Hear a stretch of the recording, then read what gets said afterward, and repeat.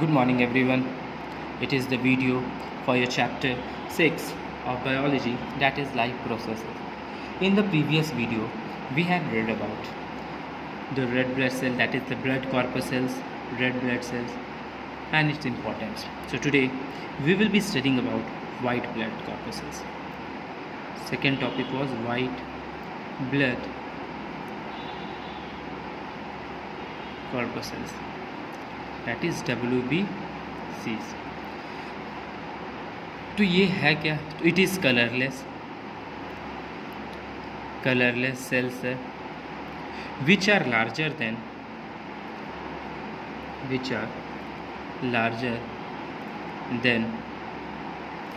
RBCs.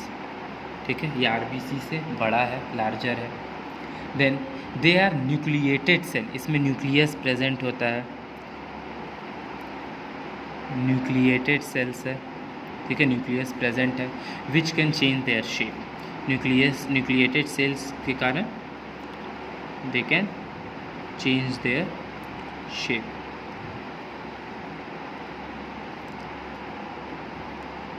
Okay, their number is less than RBC, less in number.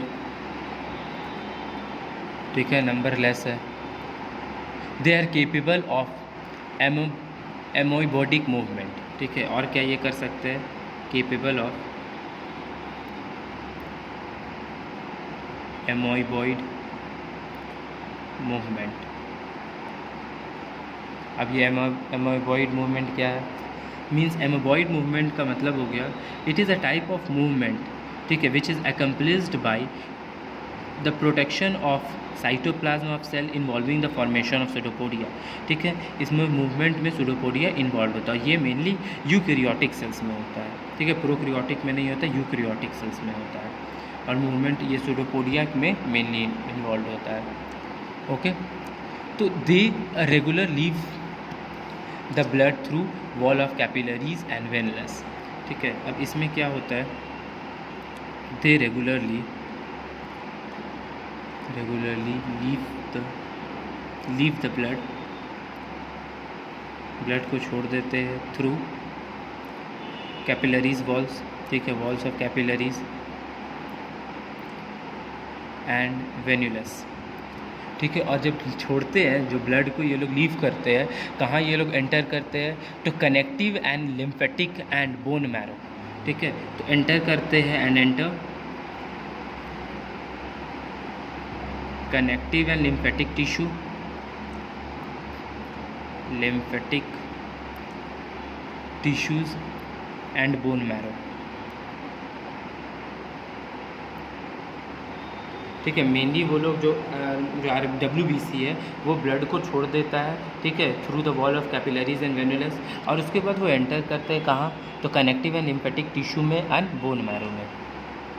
अब enter करने के बाद where they perform specific function related to defence, and finally they perform defence function. Defence function means बताएंगे, importance of WBC पढ़ेंगे तब बताएंगे. The life span of WBC is 12 hours. ज़्यादा नहीं होता है, 12 आवर्स टू सेवरल डेज तक होता है. ठीक है, ये प्रोटेक्ट करता है. ये क्या डिफेंस करता है ये बताएंगे. और इसका लाइफ साइकिल 12 घंटे से या फिर कुछ सेवरल आवर्स तक होता है. ठीक है, अब इसका इम्पोर्टेंस क्या है? तो ये फंक्शन क्या है? तो function of WBC,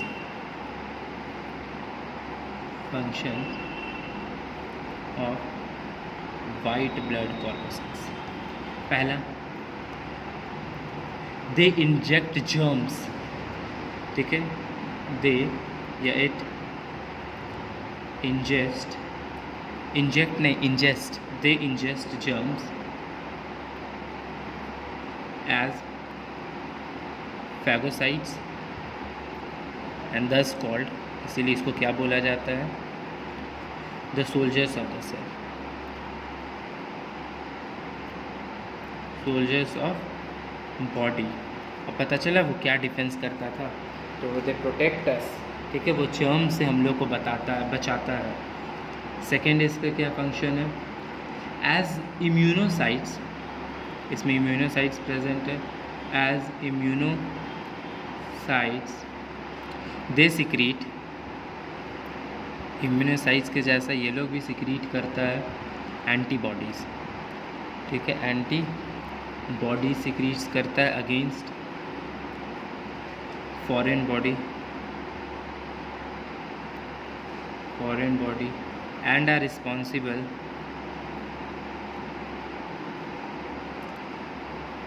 for immunity against, और हमारे इम्यूनिटी को भी ये बिल्ड करता है। मीन्स जो भी डिजीज़ है, जो पैथोजेंस है, उसे लड़ने के लिए हम लोग को ये हेल्पफुल बनाता है, एज अ सोल्जर काम करता है, ठीक है। Immunity and form responsible for immunity against various disease, ठीक है। ऐसा एंटीबॉडीज़ ये सिक्रीट करता है जिसके कारण हमारा जो बॉडी है उसका इम्यून सिस्टम को स्ट्रॉन्ग करता है और हमें डिजीज़ से लड़ने के लिए एक मीन्स यू कैन से हिम्मत प्रोवाइड करता है, ठीक है, ताकत देता है। डिजीजेज या पैथोजेंस बोल सकते हो। अब थर्ड आता है, पहला तो हम लोग पढ़ लिए थे आरबीसी, सेकेंड पढ़े डब्ल्यूबीसी, अब थर्ड है दैट इज़ प्लेटलेट्स। प्लेटलेट्स क्या होता है? स्मॉल साइज्ड नॉन न्यूक्लिएटेड, इसमें न्यूक्लियस नहीं होता है, ठीक है। Cellular formation, fragments of various cellular, बहुत सारे सेल में टूटा हुआ है, cellular fragments of various shapes and are commonly called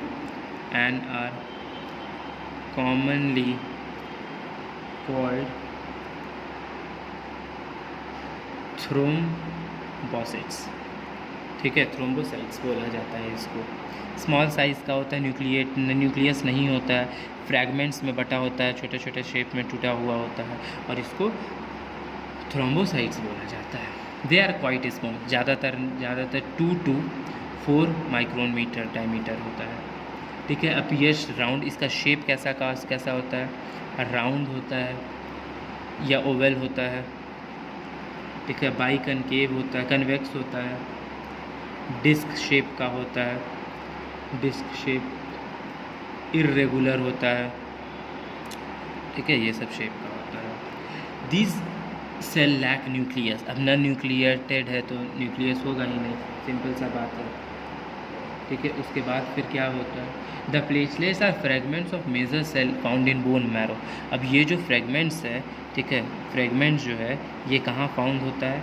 ये बोन मैरो में फाउंड होता है, बोन मैरो, ठीक है। And the main function of blood platelets is for blood coagulation, ठीक है, ब्लड को जमाता है ये, ठीक है। मेन इसका फंक्शन क्या है? For the blood coagulation.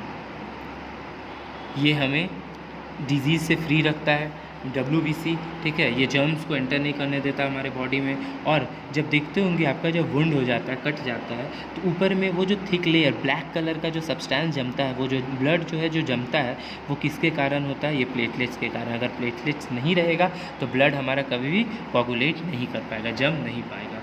और इसका लाइफ स्पैन कितना होता है? 5 to 9 डेज़ का। And decrease in the number of platelets is called, कभी कभी देखते होंगे कि किसी को प्लेटलेट्स की कमी हो जाती है, तो डेफिशिएंसी ऑफ प्लेटलेट्स या decrease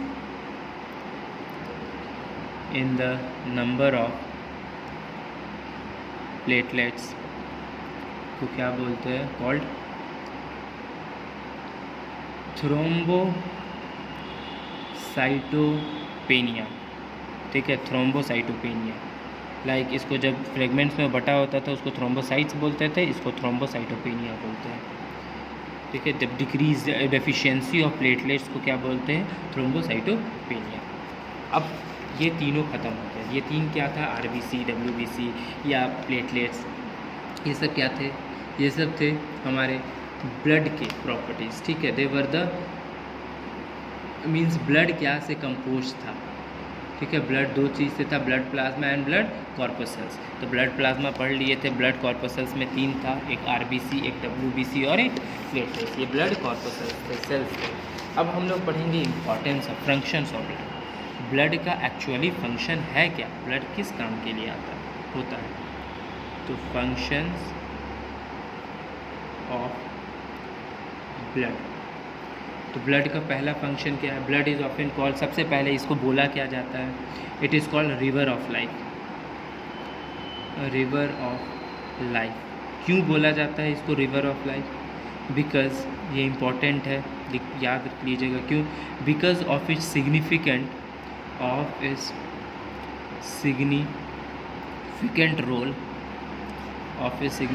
role in the life of an organism. क्योंकि अगर ये नहीं फ्लो करेगा तो हमारा जो लाइफ है वो ख़त्म हो जाएगा, ठीक है, because of a significant role in the life of an organism and their functions. अब उसका फंक्शंस क्या है, पहला इट ट्रांसपोर्ट डाइजेस्टेड फूड, ठीक है, डाइजेस्टेड फूड को ट्रांसपोर्ट करता है। अब ऐसा नहीं कि जो हम लोग फूड खाए उसको ट्रांसपोर्ट कर देगा, नहीं, उसका जो सबसे स्मॉल सेलुलर फॉर्म होता है, लाइक शुगर हो गया, एमिनो एसिड हो गया, ये सब ब्लड में मिक्स कर जाता है। मिनरल्स हो गया, वाइटामिन्स हो गया, सब कहाँ से मिलता है, ये सब मिलता है फ्रॉम स्मॉल इंटेस्टाइन, क्योंकि इनिशियल फाइनलाइजेशन तो वहीं होता है, स्मॉल इंटेस्टाइन से मिलता है। और फाइनली फिर यहाँ से ब्लड जो है वो कैरी करता है ये सब sugar, amino acid, minerals, vitamins, और इसको कैरी कर डिफरेंट बॉडी पार्ट्स में पहुँचाता है जहाँ पर इसको शॉर्टेज होता है, और फाइनली फिर वहाँ पर एसिमिलेट करवाता है। सेकेंड, इट कैरी ट्रांसपोर्ट हो गया, एक्सक्रीटरी मटेरियल भी कैरी करेगा, it carries excretory materials. Example जाएगी यूरिया, यूरिन, ये सब हो गया। यूरिया को कैरी करता है कहाँ से कहाँ तक, फ्रॉम लिवर टू किडनी। अब किडनी में क्या होता है, किडनी, अब किडनी में क्या होता है, फिल्टर होता है फॉर फिल्टरेशन एंड एलिमिनेशन, ठीक है, वहाँ से फिर गॉल ब्लैडर में देगा और फिर फाइनली एलिमिनेट हो जाएगा। थर्ड क्या होगा, पहला तो ट्रांसपोर्ट डाइजेस्टेड फूड, ठीक है, that is sugar, amino acid, minerals, vitamin from small intestine to various part of the body. Second, it carry excretory material that is urea from liver to kidney for filtration and elimination. Third होता है it carries hormones, hormones carry करता है from the endocrine glands, क्योंकि mainly endocrine glands ही hormone secretes करता है, to the organs, कहाँ, where they are needed, ठीक है, क्योंकि बनता कहीं और है, जो हार्मोन्स है वो बनता कहीं और है, सिक्रीट होता है कहीं और उसको ज़रूरत कहीं और है, तो उसका कैरियर में भी ये ब्लड हेल्प करता है, ठीक है। फिर सारा तो इम्पॉर्टेंट ही है, क्या इसमें इम्पोर्टेंट बोला जाए, फिर क्या करता है, it carries oxygen from lungs, ठीक है, to all part of the body, and carbon dioxide from all part of the body to lungs, means it carry oxygen from lungs to all body parts, and finally और carry करता है carbon dioxide from all body parts to lungs, ठीक है। And the blood carrying oxygen, जब वो oxygen carry करता है तो उस ब्लड को क्या बोलते हैं, जब ब्लड ऑक्सीजन कैरी करता है तो उसको बोलते हैं ऑक्सीजनेटेड ब्लड, और जब वो कार्बन डाइऑक्साइड कैरी करता है तो उसको बोलते हैं डीऑक्सीजनेटेड ब्लड बोलते हैं, ठीक है। जब वो ऑक्सीजन तो ऑक्सीजनेटेड ब्लड, कार्बन डाइऑक्साइड तो deoxygenated blood. Fifth, maintain body temperature, maintains body temperature, ठीक है, क्यों, by distributing excess heat from the organs, ठीक है, क्योंकि ये जब मूव करता है तो हीट को डिस्ट्रीब्यूट कर दे रहा है, तो it maintain body temperature by distributing excess heat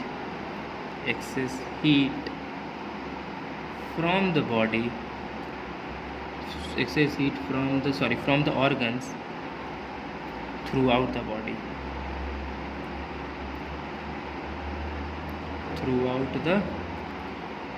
ये भी हो गया। 6 नंबर क्या हो जाएगा? the property of blood to clot prevents loss of blood in case of injury, ठीक है। अब ब्लड क्लॉट किससे कर रहा है? प्लेटलेट्स के कारण क्लॉट कर गया।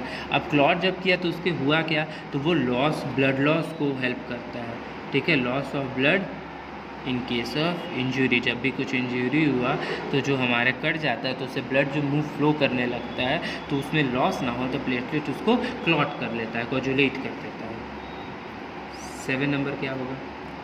WBC, जो वाइट ब्लड कॉर्पसेल्स है, ठीक है, इट पोजेसेस इन ब्लड, ये भी ब्लड में प्रेजेंट ही है, तो ये क्या पोजेस करता है? अभी पढ़े थे, एंटीबॉडीज़ प्रोवाइड करता है, और ये प्रोवाइड करता है इम्यूनिटी अगेंस्ट, ठीक है, which provide immunity against pathogens, ठीक है। अब जो पैथोजेंस है, जो डिजीज़ है, उसके अगेंस्ट हम लोग को ये एक इम्यूनिटी प्रोवाइड करता है। 8 क्या हो जाएगा?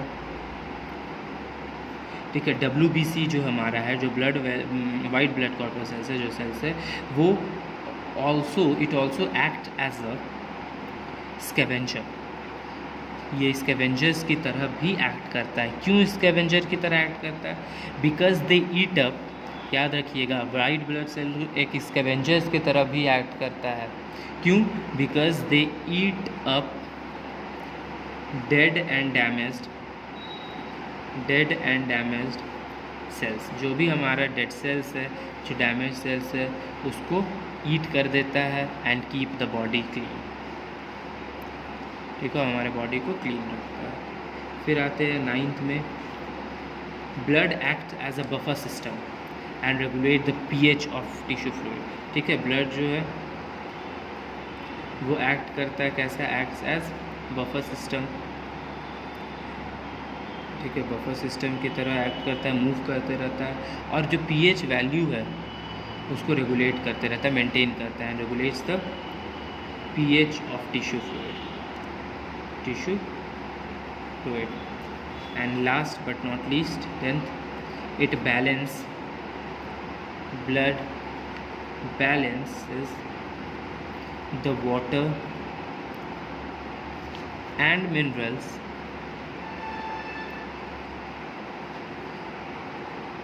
जो वाटर और मिनरल कंटेंट है in the body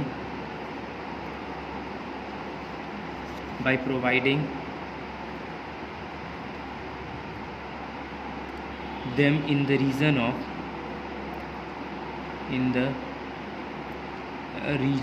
of deficiency, जहाँ पर डेफिशिएंसी हो वाटर और मिनरल्स का हमारे बॉडी के अंदर, वहाँ पर ये प्रोवाइड करता है वाटर और मिनरल्स को, ठीक है, डेफिशिएंसी एंड रिमूविंग